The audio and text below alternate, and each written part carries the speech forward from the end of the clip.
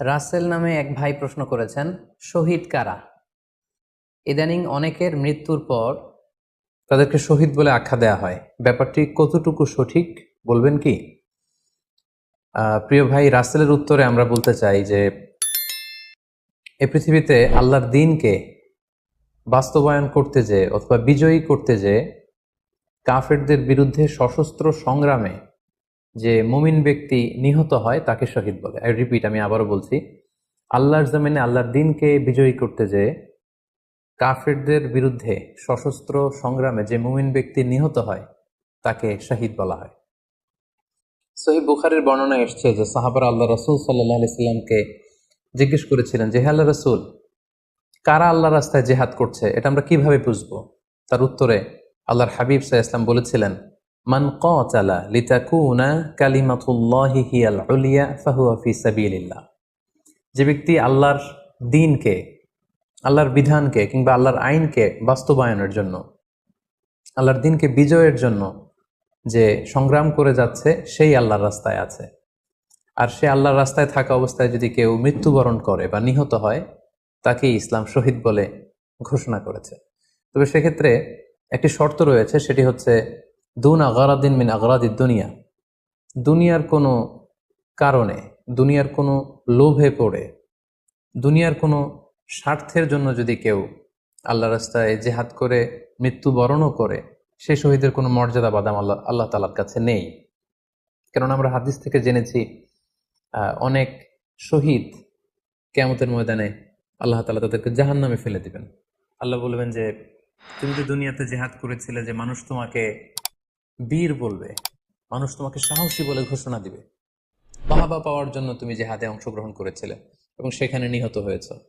তো তুমি নিহত হওয়ার পরে মানুষ তো তোমাকে বীর বলেছে, বাহাবা দিয়েছে, সাবাস বলেছে, যে কারণে তুমি এই জিহাদে অংশগ্রহণ করেছো সেটা দুনিয়াতেই তুমি পেয়েছো। তো আমার কাছে তুমি কি চাও? আমার কাছে তোমার জন্য কিছু নেই। Go to the hell fire, জাহান নামে যাও। তাকে আল্লাহ তাআলা উপর করে জাহান নামে নিক্ষেপ করবেন। তো এজন্য শর্ত হচ্ছে যে দুনিয়ার কোনো স্বার্থে নয়, শুধুমাত্র কেবলমাত্র আল্লাহর দ্বীনকে আল্লাহর জমিনে বিজয়ী করার জন্য যদি কেউ সশস্ত্র সংগ্রামে নিহত হয় তাদেরকে শহীদ বলা হয়। এখন প্রশ্ন হচ্ছে, যারা কাফেরদের বিরুদ্ধে জেহাদ করতে যে যুদ্ধে নিহত হলো তারা শহীদ, তারা ছাড়া কি আর কেউ শহীদ হতে পারবে না? এই প্রসঙ্গে আমরা বলবো যে বেসিকলি ইসলামী শরিয়াতে শহীদ দুই ধরনের। ইবনু হাজার আল আসকালানি উনিও শাহাদাতের প্রকারভেদ করতে যেয়ে বলেছেন যে শহীদ দুই প্রকার। একটা হচ্ছে শাহিদ দুনিয়া ওয়াল আখরা, যেটা আমরা বলেছি যারা আল্লাহ রাস্তায় নিহত হয়েছে তারা। আরেকটা হচ্ছে শাহিদুল আখরা, যারা দুনিয়াতে আল্লাহর রাস্তায় নিহত হয়নি কিন্তু পরকালে তারা শাহাদাতের মর্যাদা লাভে ধন্য হবে। প্রথম প্রকার হচ্ছে শাহিদুদ দুনিয়া ওয়াল আখরা, যেটাকে আমরা বলি শাহাদাতে হাকিকি, মানে প্রকৃত শহীদ। এরাই হচ্ছে মূলত শহীদ। এদেরকে আল্লাহ তাআলা মৃত বলতে নিষেধ করেছেন। আল্লাহ তাআলা বলেছেন, ওয়ালা তাকুলু লিমান ইউকতালু ফি সাবিলিল্লাহি আমওয়াত বাল আহইয়া ওয়ালাকিন লা তাশউরুন। যারা আল্লাহর রাস্তায় জীবন দিয়ে নিহত হয়েছে তাদেরকে তোমরা মৃত বলো না, বরং তারা জীবিত। অন্য এক আয়াতে এসেছে, বাল আহিয়াউন ইনদা রাব্বিহিম ইউরযাকুন, তারা জীবিত এবং আল্লাহর কাছে তারা রিজিক প্রাপ্ত, আল্লাহ তাআলার পক্ষ থেকে তারা রিজিক প্রাপ্ত। তাদের মর্যাদা আল্লাহ তাআলার কাছে এত বেশি যে তাদেরকে নিহত হওয়ার পরে কোনো জানাজার আগে গোসল দিতে হয় না। তাদের রক্তাক্ত দেহটাকেই সরাসরি জানাজার পরে দাফন করে দিতে হয়, কেননা সেই ঝরঝরে রক্ত নিয়ে তারা সেদিন কিয়ামতের দিবসে আল্লাহ তাআলার দরবারে তারা হাজির হয়ে যাবে। এবং আমরা যদি কোরআনের দিকে তাকাই, কোরআন আমাদেরকে জানিয়েছে, আনা আমাল্লাহু আলাইহিম মিনান নাবিয়িন ওয়াস সিদ্দিকিন ওয়াশ শুহাদাই ওয়াস সালিহিন, মানে সবচেয়ে শ্রেষ্ঠ তাবাকা বা দারাজা হচ্ছে নবীদের দারাজা, নবীদের পরে হচ্ছে সিদ্দিকিনদের দারাজা, এবং সিদ্দিকিনদের পরেই যাদের মর্যাদা আল্লাহ তাআলার কাছে সবচাইতে বেশি তারা হচ্ছে শুহাদা। এজন্য প্রতিটি মুমিনের জীবনের আকাঙ্ক্ষা বা তামান্না থাকা উচিত তারা যেন শাহাদাতের মৃত্যু আল্লাহ তাআলার কাছে কামনা করে। এবং আমরা যদি সাহাবাদের জীবনের দিকে তাকাই তাহলে দেখবো ওনারা সবসময় আল্লাহ তাআলার কাছে শাহাদাতের মৃত্যু কামনা করতেন।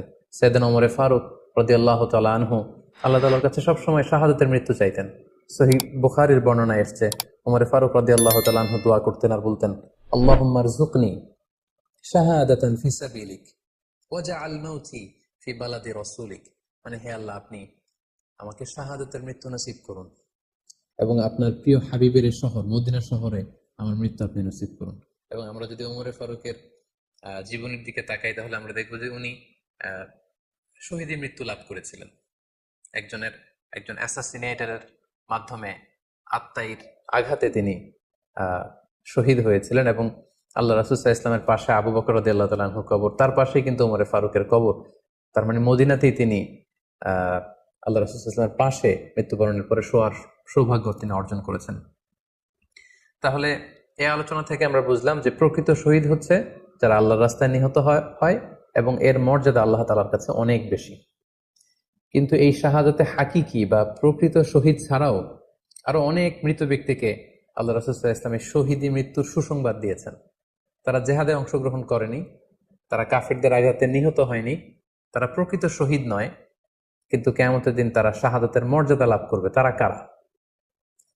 এ ব্যাপারে আমরা সহিহ মুসলিমের একটি হাদিস এখানে উল্লেখ করতে চাই, যেখানে আল্লাহ রাসূল সাল্লাল্লাহু আলাইহি সাল্লাম সাহাবাদেরকে জিজ্ঞেস করেছেন, মা তাউদ্দুনা শাহিদা ফিকুম, ওহে সাহাবারা, তোমরা কাদেরকে শহীদ বলে মনে করো? সাহাবারা বললেন, যারা আল্লাহর রাস্তায় নিহত হয় তারা শহীদ।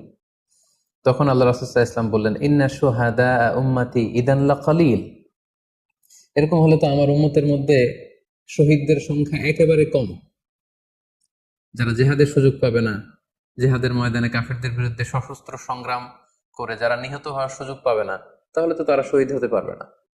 সাহাবারা এই কথা শুনে বললেন, ইয়া রাসূলুল্লাহ, তাহলে কারা শহীদ আপনি বলেন। তখন আল্লাহ রাসূল সাল্লাল্লাহু আলাইহি ওয়াসাল্লাম বললেন যে যারা আল্লাহর রাস্তায় নিহত হয় তারা তো শহীদ বটেই, পাশাপাশি ওমান মাতা ফি তাউনি ফাহুয়া শাহীদ, মহামারীতে যারা মারা যায় তারাও কিন্তু শহীদ। প্লেগ রোগে বা মহামারীতে, এই যে করোনা ভাইরাসের সময় যারা ঈমানের সাথে ইন্তেকাল করেছে তাদেরকেও আল্লাহ তাআলা শাহাদাতের মর্যাদা দান করবেন। ওমান মাতা ফিল বাতনি ফাহুয়া শাহীদ, পেটের পীড়ায়, পেটের কোন রোগে যদি কেউ আক্রান্ত হয়ে মারা যায়, সে কিয়ামতের দিন শাহাদাতের মর্যাদা লাভ করবে। ওয়াল গরিকু শাহীদ, পানিতে ডুবে যদি কেউ মারা যায় সেও শাহীদ। এভাবে অন্যান্য আরো অনেক হাদিসে, কোন হাদিসে 5 জন, কোন হাদিসে 7 জন, কোন হাদিসে আরো বেশি, এভাবে আরো অনেক ব্যক্তিকে আল্লাহ রাসূল সাল্লাল্লাহু আলাইহি ওয়াসাল্লাম শাহাদাতের মর্যাদা লাভে তারা কিয়ামতের দিন ধন্য হবে এই মর্মে তিনি আমাদেরকে জানিয়েছেন। সুনানে নাসাইর একটি বর্ণনা থেকে আমরা জানতে পারি, আল্লাহর হাবিব সাল্লাল্লাহু আলাইহি ওয়াসাল্লাম বলেছেন, মান কুতিলা দুনা মাজলামাতিহি ফাহুয়া শাহীদ, অন্যায়ভাবে যদি কাউকে হত্যা করা হয়, হি ইজ ডিফেন্ডিং ইনজাস্টিস, অন্যায় প্রতিরোধে সে মারা গিয়েছে, এরকম মৃত্যুকেও তিনি শাহাদাতের মৃত্যু বলে ঘোষণা করেছেন। সুনানে তিরমিজির আরেকটি বর্ণনায় আল্লাহ রাসূল সাল্লাল্লাহু আলাইহি ওয়াসাল্লাম আরো কিছু ব্যক্তিকে শহীদ বলে ঘোষণা করেছেন। যেমন তিনি বলেছেন, মান কুতিলা দুনা দীনিহি ফাহুয়া শাহীদ, কেউ তার দ্বীনকে হেফাজত করতে যেয়ে যদি মৃত্যুবরণ করে সে শহীদ। ওমান কুতিলা দুনা দামিহি ফাহুয়া শাহীদ, নিজের রক্ত বাঁচাতে যেয়ে যদি কেউ মৃত্যুবরণ করে শহীদ। তার সম্পদ বাঁচাতে যেয়ে যদি মৃত্যুবরণ করে সে শহীদ।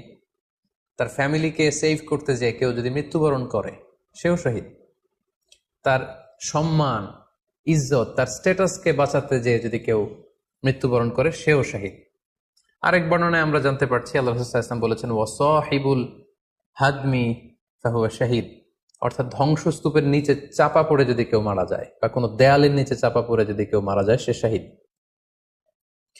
ওয়াসাহিবু যাতিল জানবি শাহীদ, অর্থাৎ ফুসফুসের কোনো রোগে, লেটসে লাং ক্যান্সারে যদি কেউ মারা যায়, ফুসফুসের কোনো ভয়ানক রোগে যদি কেউ মারা যায় সে শাহীদ, শহীদের মর্যাদা পাবে।